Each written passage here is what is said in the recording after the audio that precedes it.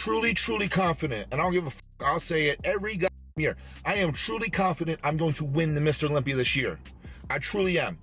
I know everyone sees Derek, Hadi, Samson. These guys look phenomenal. I'm not even going to deny it. But y'all know what the mutant does. The mutant comes through and shocks the world every time he steps on that stage. And this year won't be any different. So guys, Nick Walker is fired up, Nick Walker is pissed and आप लोग जानते हो क्या होता है जब निक walker pissed off होते हैं। एक बेहतरीन परफॉर्मेंस, एक वर्ड्स को एक्शन में उतार देने वाले एफेक्ट्स एंड बाई फार जैसा आप निक को देख रहे हो, just even sitting, his proportions, his muscles are all coming out. ये हल्क की तरह से लग रहे हैं, बिगर एंड वे फ्रीकियर।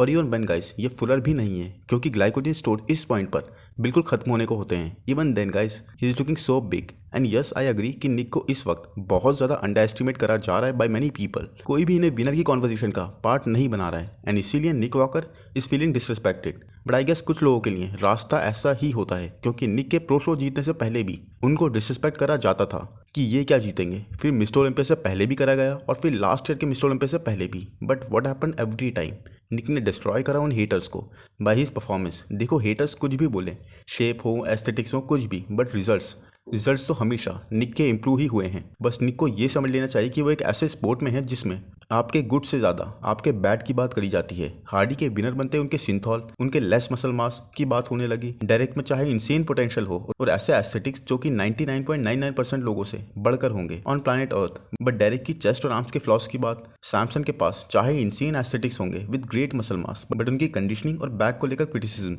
वहीं निक की चाहे muscle mass pound to pound बहुत ही सुपीरियर हो और कंडीशनिंग भी इंसेन लाते हो, बट उनके शेप को लेकर criticism even when he is improving guys. So ये स्पोर्ट ऐसा ही है, आपके गुड से ज्यादा यहाँ पर आपके बैड को देखा जाता है। नो डाउट इतने सारे जिम गोवर्स को बॉडी डिस्मोफिया हो जाता है, बट इसमें तो डाउट नहीं है कि निक स्टेज पर एक फ्रीकेस्ट बॉडी बिल्डर होंगे सबसे ज्यादा, और ऐसे ही एक टॉप कंटेंडर जिनकी कंडीशनिंग को लेकर हम उतने ही कॉन्फिडेंट हो सकते हैं जितने की हार्डी की। मतलब ये चीज आप पूरे लाइनअप में किसी और के लिए नहीं बोल सकते, ना डायरेक्ट के लिए, ना सैमसन के लिए और ना ही एंड्रू के लिए। इस वीडियो में आपको देखना होगा कि निक इवन व्हेन एंग्री, निक बहुत ही ज्यादा रेस्पेक्टेबल है अपने कंपटीशन की तरफ, but at the same time अपनी फायर से, अपने पैकेज से शॉक करना चाहते हैं सभी को। He wants to destroy the competition। एक तरह से निक is manifesting the results and honestly एक बात तो तय है कि निक walker will not stop until he becomes a champion।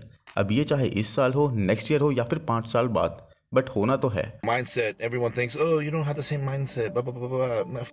Out of here. The mutant comes through and shocks the world every time he steps on that stage.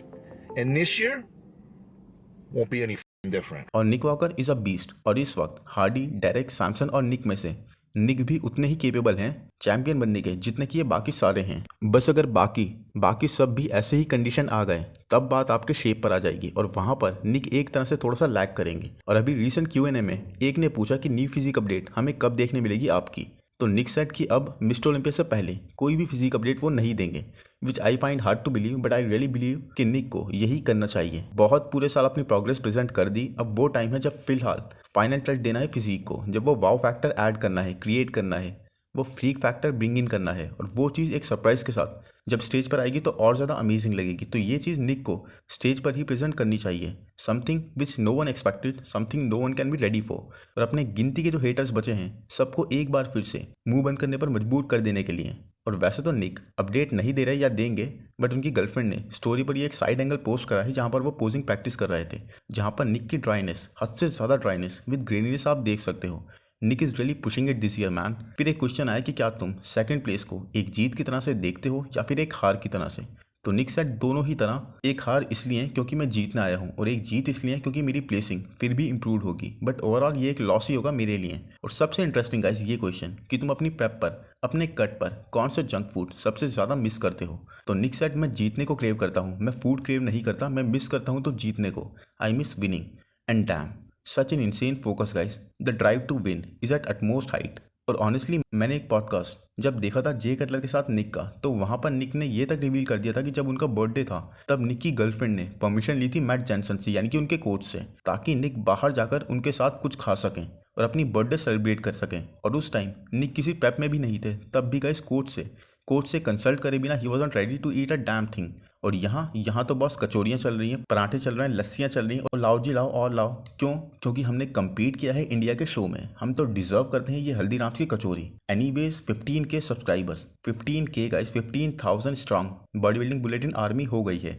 And all the credit goes to you. 15,000 sensible, mature और respectable लोगों की ये community बन गई है, जिनको बात करनी आती है, जिनको बात समझनी आती है, जो क्रेजी है अबाउट दिस स्पोर्ट। तो ये सब एक ड्रीम था and today with hard work and ये सब आपकी सपोर्ट के साथ we are here. Keep supporting and keep grinding. इस चैनल को आप लोग एक एग्जाम्पल की तरह लो कि विथ हार्ड वर्क, कंसिस्टेंसी और रेस्पेक्ट हम सब लोग ही चाहे स्लोली सही but definitely can do really amazing things. और इस ऑडियंस के साथ एक रेस्पॉन्सिबिलिटी भी आती है to deliver the same quality या उस क्वालिटी को और भी सरपास करना, to bring great content consistency के साथ, वो भी बिना कंट्रोवर्सी के। सो ये मेरा वादा है आपको, इस चैनल पर यही चीज़ आपको हमेशा मिलेगी भी। Just keep supporting, keep grinding and अभी बहुत ही आगे जाना है। We are just getting started.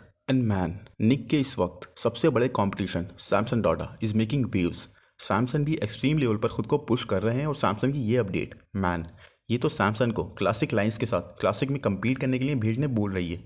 मतलब इतनी ज़्यादा मसल मास, इतनी फ्रीकिश बॉडी पर, इस तरह के एस्थेटिक्स पर, लेग्स पूरी तरह से टाइटर हैं और कंडीशन लग रहे हैं। We can see some really great separation. Let's क्या आप बोल सकते हो कि बड़े छोटे हो रहे हैं? तो वैसा नहीं है गाइस, इट्स जस्ट ये एंगल बोल लो आप। क्योंकि जैसे मॉर्निंग में उठते ही हम लोग मिरर के आगे अलग अलग तरीके से पोज करते हैं, कुछ उसी तरह से ये मूवमेंट कैप्चर करी गई है। मैं इसे सिमेट्री के लिए जज नहीं करूंगा, बट अब अगर इस अपडेट पर आए तो सैमसंग इज लुकिंग इनक्रेडिबल। मतलब ये बिल्कुल ही अनबिलीवेबल है कि इस साइज पर, इस फ्रेम पर, इस तरह की वेस्ट ये कैरी कर रहे हैं। सभी लोग मेंस फिजिक बोल रहे हैं सैमसंग के इस पोस्ट के बाद। तो वेल, इसमें किसी का कोई फॉल्ट नहीं है, इट्स जस्ट सैमसंग लग ही कुछ ऐसे रहे हैं। और बॉडी बिल्डिंग इंडस्ट्री में काफी टाइम बाद इस तरह के एस्थेटिक्स का एक दौर चल रहा है, जहां पर ऐसे फ्रीकी मास मॉन्स्टर्स भी जो 300 पाउंड क्रॉस कर चुके हैं, वो क्रेजी जेनेटिक्स लेकर इस तरह के प्रपोर्शंस दिखा रहे हैं। और सैमसंग इस वक्त बिल्कुल ही एग्जॉस्टेड फील कर रहे हैं, लो on energy, low on carbs. तो ये एक बहुत ही टफ टाइम होता है बॉडी बिल्डर्स के लिए, जब वो दिखते तो आउट ऑफ द वर्ल्ड हैं बट फील एक्सट्रीमली टेरिबल करते हैं। और सैमसंग की इन दोनों ही लेटेस्ट अपडेट्स के बेस पर ये कहना और भी ज्यादा डिफिकल्ट हो गया है कि कौन एक्चुअल में किस पर भारी पड़ने वाला है। हम वापस से उसी एरा में वापस आ गए जहां टॉप 5, टॉप 6 एक्सट्रीमली कॉम्पिटिटिव हुआ करते थे। और हार्डी, डेरेक, सैमसन और निक, इन 4 एथलीट्स में से 4 के 4 केपेबल हैं इस साल ये टाइटल उठाने के लिए। सबके साथ फ्लॉज हैं, सभी के साथ स्ट्रेंथ्स भी हैं। They all 4 are different breeds. और बात सिर्फ और सिर्फ इस चीज पर आ जाती है कि एक्चुअल डे में उन 30 मिनट्स 15 मिनट्स में कौन सबसे बेटर आएगा स्टेज पर। And I really love Samson's physique, but at the same time I think Samson को थोड़ा और टाइम चाहिए एक न्यू चैंपियन के रूप में क्राउन होने के लिए। आपको क्या लगता है, क्या ये अभी भी रेडी हैं? जैसा लास्ट ईयर हैनी ने ही बोला था, ये सारे न्यूली एडेड मसल्स थोड़ा और टाइम लेने के बाद जब और मैच्योर और मसल सेपरेशन प्रेजेंट करेंगे, he will be really next level. और टाइम तो वैसे कई एथलीट्स को चाहिए इस लाइनअप पर, क्योंकि हर कोई ही मिस्टर ओलंपिया मटेरियल है। But Samsung is one of the top athletes in the list जिनके पास वो सारे ही टूल्स अवेलेबल हैं। And lastly I must say ये फोटो मुझे तो थोड़ी फोटोशॉप जरूर लगी। आप खुद देख लो, सैमसंग का फेस कार्टूनिश सा लग रहा है। मतलब कुछ साइज के साथ मैनिपुलेशन है ऐसा तो मैं नहीं कहूंगा, इट्स जस्ट एक filter. I think that will be the right word to use. बाकी आप लोग बताओ कमेंट्स में। और हाँ, वीडियो को लाइक भी कर देना और सब्सक्राइब नहीं करा है तो कर दो। वेट किस चीज का ब्रो। और अब देखते हैं लेस्लो क्लाली की कुछ जबरदस्त अपडेट्स। और अभी रुको, ये देखो, next to Chris, giving competition to Chris. Well ठीक है समझ गया, क्रिस है। बट जैसा मैं बार बार रिपीट करता रहता हूँ, Laszlo is the next Cbum, closest thing to Cbum. Laszlo के प्रपोर्शंस आर अनरियल गाइस, बहुत ही ज्यादा क्लासिक। और आप ये अपर देख सकते हो, लैट्स की विड्थ कितनी ज्यादा है एंड साथ में हमें ये इनक्रेडिबली टाइनी वेस्ट, एक अमेजिंग स्ट्रक्चर देखने को मिलता है। एक ऐसा स्ट्रक्चर जो क्लासिक डिवीजन के लिए ही बिल्ड हुआ था। एक इंसेन फ्लो, क्रिस हो गए, वेस्ली हो गए, लेस्लो हो गए, ये तीनों क्लासिक होने के साथ साथ टॉलर होने की वजह से एक स्टेज प्रेजेंस के साथ साथ ज्यादा मसल मास होल्ड करने का बफर भी रखते हैं। और Laszlo is going places guys, incredible structure, incredible aesthetics, incredible with. और इस साल अगर लेस्लो ने टॉप 10, टॉप 8 क्रैक कर लिया, which I believe he will, but if he does that, तब लेस्लो एक अपने साथ एक ट्रस्ट फैक्टर भी ऐड कर देंगे कि यस ही कैन डिलीवर। और उसके बाद the only way is up for him. अभी भी लेस्लो को 6 से 8 पाउंड लूज करना है इन नेक्स्ट 2 वीक्स और less, but already he is pretty peeled. और एक ये वो एथलीट है जिनको देखने के लिए मिस्टर ओलंपिया के स्टेज पर, जिनको डिलीवर करते हुए देखने के लिए आई एम वेरी एक्साइटेड। और ये नेक्स्ट अपडेट है एंड्रू जैट की। एंड्रू और क्रीजो और एंड्रू, ये 2 वाइल्ड कार्ड्स हैं इस साल के मिस्टर ओलंपिया के लाइनअप पर, जो पूरे गेम का शाह रुख चेंज कर सकते हैं। दोनों में ही वो दम है। और एंड्रू की हमने इंप्रूवमेंट्स तो ऑलरेडी देख ली थी, प्रोग्रेस में टेक्सास प्रो में। इनकी बैक कितनी इंप्रूव थी, इनकी हैमस्ट्रिंग्स तक टाइटर और मोर कंडीशन थी। साथ ही आप इस अपडेट में देखोगे एंड्रू को, तो साइको फिटनेस इनके साथ साथ लगे पड़े हैं, बहुत मेहनत कर रहे हैं और क्रेजी लेवल ऑफ सेपरेशन आप एंड्रू के आर्म्स पर देख सकते हो। Deep separation with great muscle roundness. अब प्रॉपरली ओवरऑल सेपरेशन की बात तो हम नहीं कर पाएंगे क्योंकि एंड्रू पूरी तरह से अपनी फिजिक को हाइड करे हुए हैं और आर्नोल्ड क्लासिक के बाद से ही कोई हमने एंड्रू की ऐसी फिजिक अपडेट नहीं देखी है। सिर्फ और सिर्फ स्टेज पर ही इनका फोकस है और स्टेज पर ही हम एक्चुअल में देख पाएंगे ये कैसे दिख रहे हैं। और सही मायनों में गाइस एस्थेटिक्स में तो सैमसन और डेरेक भी इनके आगे बच्चे हैं। It's just good things take time और Andrew is getting ready to prove that right. और ब्रांचन का इस साल के मिस्टर ओलंपिया के लिए ना क्वालिफाई करना एक ऐसी चीज है जो डाइजेस्ट इजीली तो होने से रही। Insane aesthetics, amazing genetics, incredible potential, but all to a waste जब आप सबसे बड़े स्टेज पर उसे प्रेजेंट ही ना कर पाओ। वेल एनीवेज, बट ब्रांच इसी वीक कंपीट करने वाले हैं एंड आई रियली फील कि ब्रांच क्वालिफाई कर ही जाएंगे क्योंकि इस बार ना ही टेरेंस होंगे उनको रोकने को और ना ही फाबियो या फिर वेस्ली। बस कोई एक डेडली बैक ना लेकर आ जाए क्योंकि फ्रंट से तो इनकी इंप्रूवमेंट्स बहुत ही ज़्यादा अमेजिंग है जो खुद ही बोल रही हैं, बट बैक के लिए थोड़ा इनको डेरेक के पास जाना होगा उनकी छत्र छाया में। मतलब अगर इन्होंने डेरेक की बैक के 5% भी जेनेटिक्स ले लिए, इनकी प्लेसिंग्स और इनकी फिजिक ड्रास्टिकली अप हो जाएगी। बदले में थोड़े से लेग्स जरूर ये दे सकते हैं डेरेक को।